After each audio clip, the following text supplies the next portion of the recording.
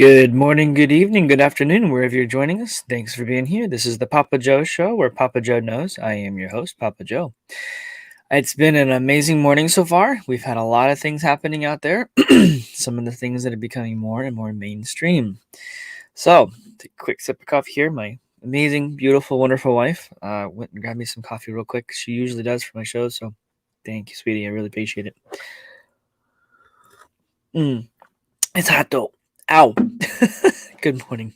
So do me a favor. Like, subscribe, and share the video. Get it out on your socials. Help me grow the channel out. That's really a goal of mine right now. I really want to grow this channel and make it as big as I possibly can, so I can reach as many people as I possibly can. Because having the technical background I have, and then the experience in the crypto space, there's not very many people like me out there. Full spectrum, if you will. I'm business minded, visionary, things like that. So it's good, as you guys know, it's good to try to get this in front of as many people as we possibly can. So, but that being said, I do have the Patreon show. It's at 4:30 every day. I didn't get to do it yesterday. YouTube decided to mess up my videos, mess with my videos. I had to pull them all down, and I'm in the process of rebuilding a secondary channel for just for Patreon. So I think I can go live now. But the former videos, it's gonna take me time to upload those. So I do apologize about that. It's just like all of a sudden just slammed out of nowhere for that one. So bear with me. You guys are in there. I know it's $5 a month, and I know the content's there, and I really want to make sure it gets back up for you, because some of that content was really, really good. I actually really like going back and listening to it. I know I'm the one talking, but it helps me remember my thoughts around things, As we move forward in time, we don't always remember everything we say or do. So, but anyways, I digress. So yeah, if you want to be in there, that's where I get to be unfiltered. Papa Joe gets to be unfiltered. It's where I have fun with that. Talk about things that obviously gets me in trouble with YouTube.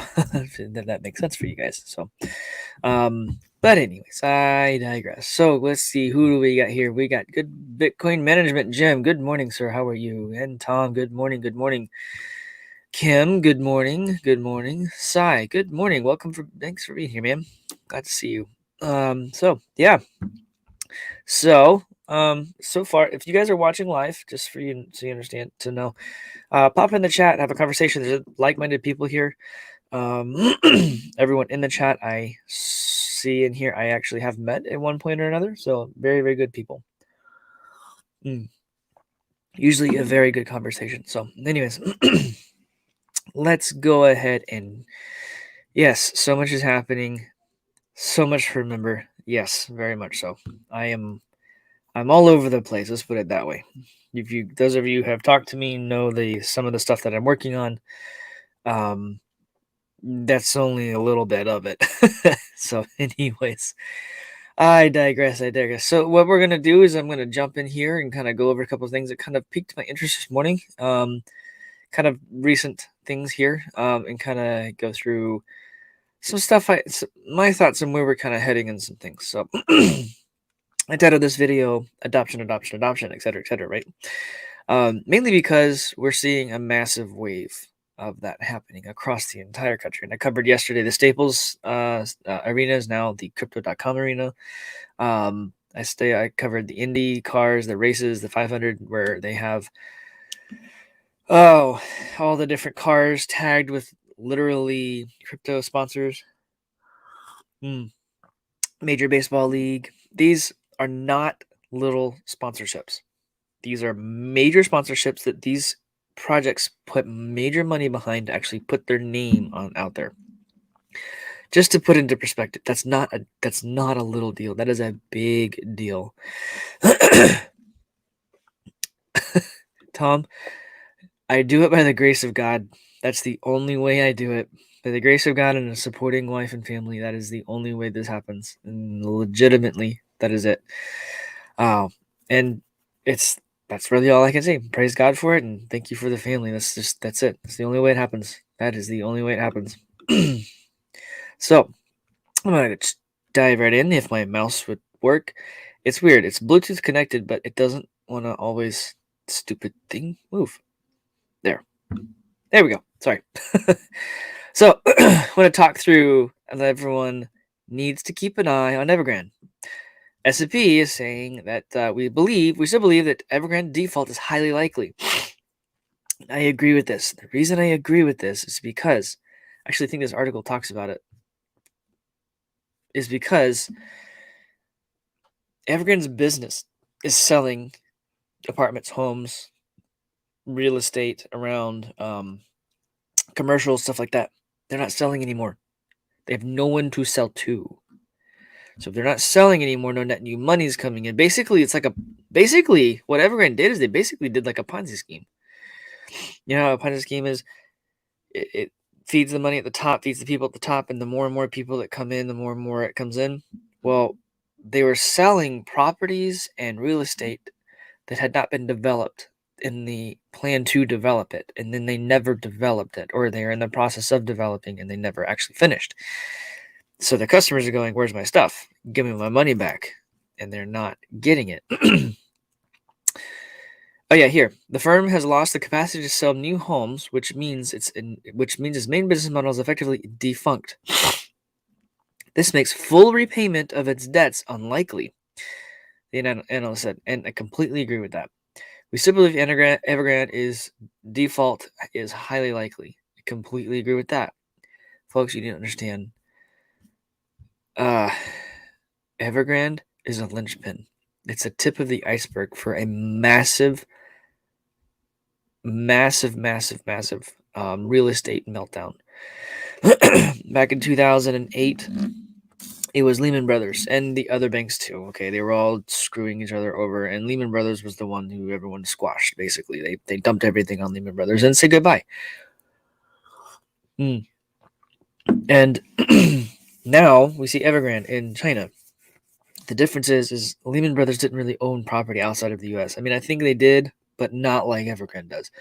Evergrande owns property around the world. Some of Evergrande's biggest investors are sitting here scratching their head going, "Where's my money? I need this back." You just need to understand. Sorry, had a froggy throat this morning, and it's been really bothering me, so I apologize for all of the clearing of the throat there. Pay attention to this, please. If you're paying attention through me, because I do cover it every couple of days or so, because it is legitimately that big of an issue and is being downplayed majorly by media and all that kind of stuff. We need to pay attention to this, because if you guys know when this is coming, it's going to be like a tidal wave that rushes through the entire housing or real estate market in general, and it's not going to be a joke. Sorry, Mike has a quick mute and a really big cough there. So, anyways, I digress. So, moving on here. India's Prime Minister, Narendra, sorry if I messed your name up there, Mumbai, Madi, whatever. I don't know, whatever. I clearly need that coffee. Urges countries to collaborate on Bitcoin cryptocurrency. Wasn't it not too long ago that India tried to outlaw cryptocurrency and Bitcoin? It was a couple years ago, wasn't it? They quickly turned that around and ran it back. You got to understand, when these countries start looking at this, start making it legal tender, it's going to be a massive wave. So, what you got? You got El Salvador. You got, I think Panama is looking at it. And I'm pretty sure Venezuela is looking at it. And I'm pretty sure that you're going to have countries like India. Well, Brazil's also going to probably be doing it here soon too. And you need to understand that when countries like India start making this legal tender, or even the U.S., if the U.S. comes out and says, "Yeah, we're going to make it legal tender," you better really hold on to your hats. And then I'm not kidding. The adoption is already massively running through here. It's insane. I never thought that I would see crypto-related sponsors in any sporting event until after it had been massively adopted. And it's actually the other way around. This is more of a bottom-up approach, which means to me it's a much more stable, real, permanent monetary system. Top down doesn't work in the monetary system. Bottom up does, though. And this is the coolest part about this, because the invention of blockchain technology and Bitcoin being used on a blockchain, Litecoin being used on a blockchain, and then the other inventions around that, like the side chains and the different things that brings for the speed and accuracy of the transactions, the lower the fees and things like that, it makes a huge difference. So those types of things give us, the people, the freedom to interact and do the things we want to do and how we want to do them. You cannot do that with the top-down approach. And yet, all of these other countries, they're trying to do the CBDCs. They're trying to do that and push that and make that happen.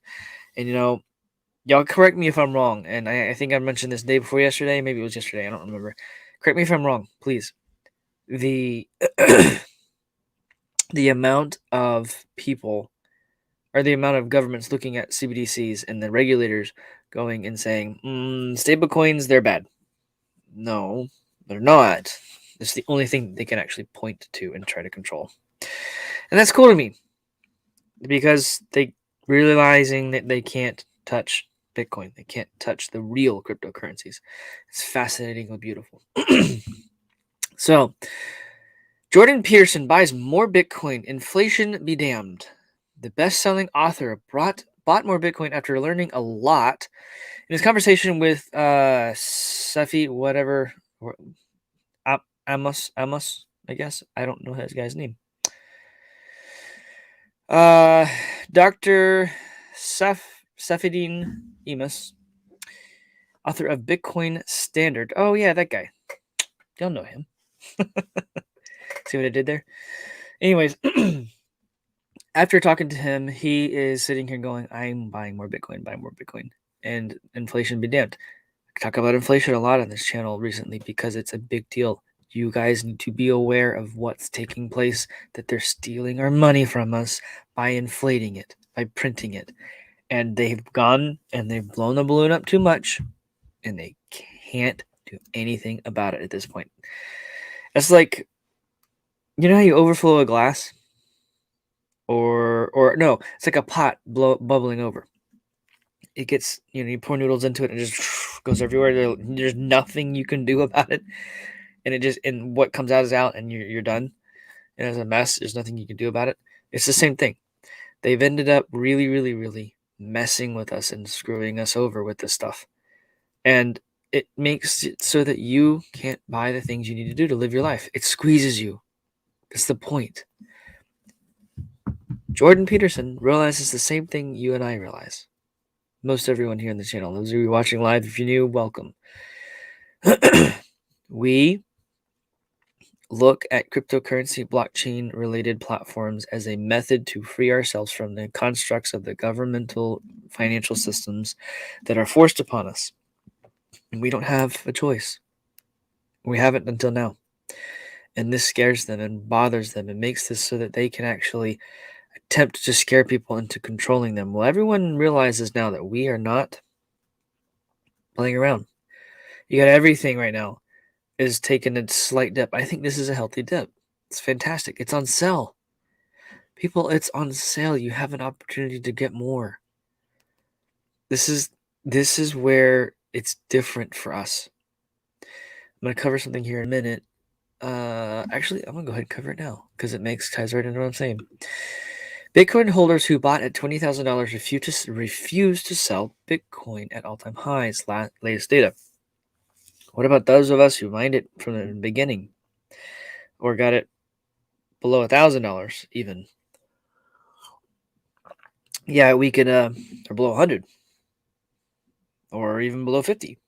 Like, there are people out here, me included, who have been in the space that long, where we go, I'm not selling it. You know why? Because this means freedom, and if I give it up, that means I lose my ability to have that freedom. You can take a loan out on your crypto. Most people don't realize it, and I'm not talking about necessarily using Celsius or Nexo or whatever. There are other ways that you can do it from a legal structure. You can set up a legal structure from a tax standpoint, not a tax standpoint, from a financial standpoint. And you can effectively become your own bank, borrow against the asset you have in your in the business. So you would borrow from the business that holds it, whatever. See what I'm kind of getting at? There are other ways to properly do this, especially when there's larger amounts in here, where you are fully and completely in control and you never sell it. Okay. You need to realize that that is actually possible, and that is something you need to really kind of look into. I can't give you legal advice, can't give you tax advice, can't give you financial advice. This is for educational purposes only. People like me, most of you guys in here, you're not selling your Bitcoin. I'm not. I won't.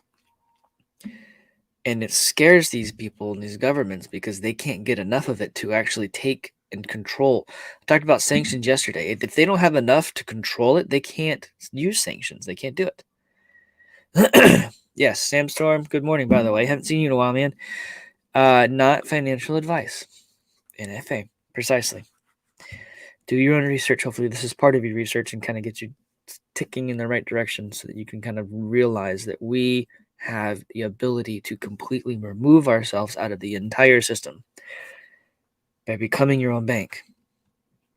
It's a beautiful thought. If you haven't stopped for a second and think about that, we have an opportunity right now before us that no one has had in history by being your own bank, by holding real value, real wealth that you can actually transfer to your children and your children's children, et cetera, down the line. That's something that hasn't really been done. Not like this. There was a statistic I saw yesterday that cryptocurrency, and specifically Bitcoin, has been the most fastest accepted technological advancement. Sorry, I thought there was something on me. Bug. That humanity has adopted faster than any other advancements in the past. Printing press took years. Did you guys know that it took the internet a long time to be adopted? And yet, Bitcoin and cryptocurrencies has already surpassed all of that combined in the speed in which it's been adopted. And everyone's like, where's adoption? Where's mainstream adoption? No. This is a grassroots type of thing. People in general accept and adopt this. I was actually shopping with my wife yesterday, and I asked the shop we were at if they accepted cryptocurrency. They said no, we're not going to. I was like, and I handed her a Litecoin card. And I went in. It's like, you just did. And you didn't even know it. So and I told her, I was like, here's the difference. I'm getting the benefit of spending cryptocurrency because of what it gives me and allows me to actually appropriately handle and make more money by spending money, right? Funny thing is that I would turn around and was like, did you know that if you guys accepted it as payment and stuff like that, you could actually have the benefit of this as well? And she kind of stopped and paused. She's like, how did you just do it? I was like, because it's like a bank account with crypto in it, and I spent it and it automatically transfers it into USD for you. If I had just spent it directly as Litecoin to you, you would have, as the price increased and the value increased of it on the back end, you would have the benefit of doing that. But instead, I get the benefit. And she kind of looked at me. She's like, how did you? And I was like, yep, this is the way it works, guys. We have adoption. We have the ability to do this. It's actually fantastically beautiful. Sorry, I have eczema. It's been bad this week. So those of you who are praying, pray for me. It hurts. Anyways, it's so much fun looking at this together and having fun with it and having conversation with people. I just want to talk about his real quick. Plan B, to clarify, the $98,000 November prediction is not based on the stock to flow model, but on the floor model. So I didn't know that because I'm looking at the stock to flow and it kind of has the same information for what it's worth. But anyways, it is what it is. The floor model, he uses stock to flow, floor model, and on-chain model. And out of those, the $98,000 floor model predicts fails. That does not mean that stock to flow or on-chain fails. So, in his former thing back in June 20th, he put this out there. Bitcoin is below $34,000. This is back in June. So it's been June, July, August, September, October, November. So it's been 5 months, not even. And Bitcoin has more than doubled in price in 5 months. Obviously, it's come back down a little bit, but still. Guys, there's no other asset, value store, technology that has increased that much in value in history that quickly. Now, that's not because it's everyone freaking out and jumping in. That's because there is so few available for it. It's economics. There's just a slight bump in demand. And, and it is a beautiful sight to see it jump. So, anyways, he goes on. There's also a more fundamental reason that we see weaknesses in June and the possibility about July. My worst case scenario for 2021. Worst case scenario. Price on chain basis. August, greater than or equal to 47,000. He nailed that. September, greater than or equal to 43,000. He nailed that. October, greater than or equal to 63,000. He was about 3% off on that one, but that's not really that big of a deal at this point, at these things. In November, he's saying greater than or equal to 98,000, and by the end of December, greater than or equal to 135,000. This is looking at raw data, folks. This is going to have an amazing run. You got to understand that this is denominated in US dollars. I say this actually kind of often on my show. Do yourself a favor. I haven't found a tool that does it yet, but do yourself a favor. Build your spreadsheet. Take the price of Bitcoin. Do one price of Bitcoin. Next one price of silver or one price of gold. How many ounces of gold can you get for the price of Bitcoin? How many ounces of silver can you get for the price of Bitcoin? Think about it in a raw commodity, a real asset value transfer. Excuse me. Look at the valuation in real assets. We all know that crypto's dying. It's dead. It's not worth anything. It's not worth anything. The value of this, you guys need to realize, is going to revalue. Actually, I could see all other cryptocurrencies, even maybe gold, silver, and stuff like that. The housing, the properties, actually being denominated in satoshis. I could see Bitcoin becoming that world reserve. And actually, Cliff High kind of talks about how it probably would end up becoming something like that, where countries will be settling debts between each other with Bitcoin. And at that point, those of us who hold this stuff now, like we do, they're going to be coming and asking us and begging us any price of the crappy fiat or whatever it is at that point to have it, so they can clear their stuff out.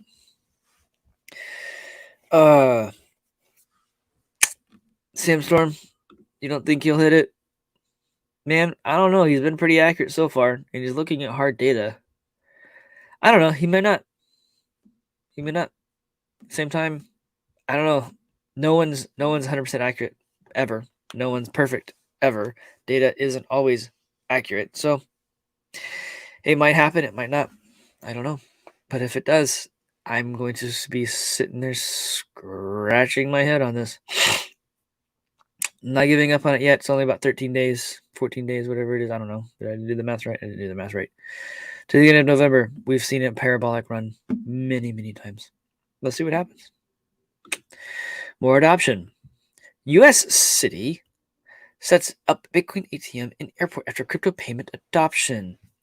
North Dakota, city of Wilson, continues its exploration of adoption of cryptocurrency industry with the installation of crypto automated teller ATMs in its international airport. This stuff, folks, is becoming a big deal. When you can buy and sell crypto at an ATM anywhere at all, we're going to start seeing, like around here, this popping up everywhere. I've been watching. They've been popping up everywhere. People are going to be able to buy crypto with cash. And they're going to be able to sell crypto for cash.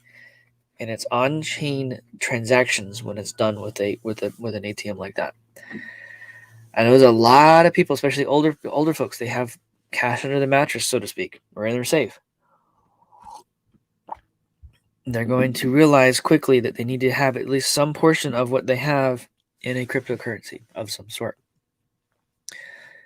It is phenomenal to think about that we are going to see that type of stuff happen, because they're used to ATMs. They're just not used to having it come out in a barcode or a QR code. And people like us, that's what we do. Like, I have a business. I educate people. I also partner and do business-to-business relationships and joint ventures with other people, other businesses, to actually build products that are solutions for the world. And it's actually phenomenally fun to do these things. And I love what I do. The image behind me, we're about to have a very, very, very connected world. We already do. But think about even our monetary system is becoming very connected. Last thing I want to kind of cover, and this is something that I think is something we really need to pay attention to. They rammed through the stupid infrastructure bill. Now they're coming back behind the scenes and saying, we're going to introduce another bill to modify the crypto tax provision in the infrastructure law. Why did that happen in the first place? No, this is what they do. They create the problem and then they provide the solution. This is how they do it. And they're going to provide the solution and you screw everyone over. I'm going to say it again, and I'm going to say it until I'm blue in the face. Blockchain technology is an already regulated system. It is outside of the monetary system in which they can legally control. They cannot legally control the Bitcoin. They cannot tell you what you can and cannot do. No matter what they tell you, they cannot legally do so. It is not their money. Can they tell you what you can legally do with some other country's money? Can they legally tell you whether you can buy, use, trade, or spend another country's money? No, they can't. Can they legally tax you in the other country's tax system? Can they legally tax you for using the other country's fiat or money? To my knowledge, no, they can't. They can for whenever you take gains and put it back into USD, whenever you take and use USD, whenever you take payment of something in USD. I don't think they legally can do it if you're using, say, rubles or if you're using the peso. I mean, really, don't think about that. It's no different. Except this is the internet's money, and nobody can do that. And that's the coolest, amazing part about this. Hey, Jim, I won't put that on the screen, but I wonder if that's already happened. I should talk sometime. Anyways, this is where we're at, folks. They're going to try. They've created a problem. Now they're going to say, here's a solution. It's better. You'll like it. We're going to make it so that it's better for you.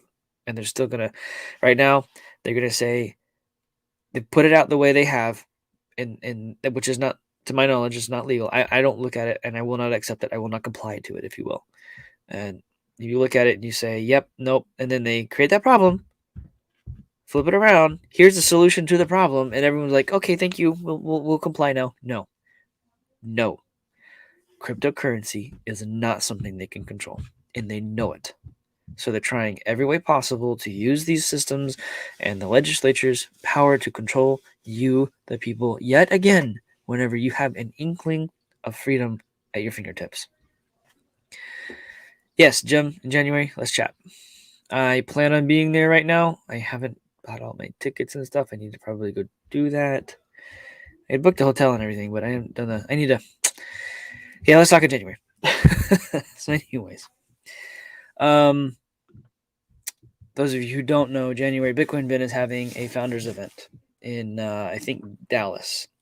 If you want to know more information around that, send me a note, comment in the chats. If you're part of the Patreon, you can go in there and you can communicate directly with me. I have a Telegram chat in for the Patreon folks that we can all communicate and have fun and talk with. Hasn't really picked up too much. Most of us that are in there communicate other ways already.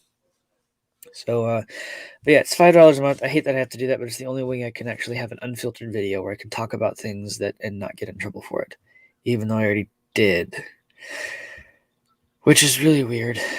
But anyways, I've figured out how to get around it at this point. So, but I digress. That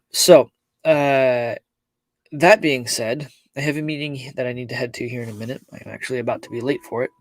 So what I will do is I should have a show at 4:30 this afternoon. It looks like everything was actually working when I tested it earlier this morning. So finally, I'm sorry it took a few days, everyone. But the past content will take me a few days and maybe even it's a lot of content to get back up on Patreon. I don't think there's a way for me to launch it all up there at the same time. So, but I digress. So, you guys have a wonderful day. I will see you at the 4:30 Patreon show. And yeah, you guys be blessed.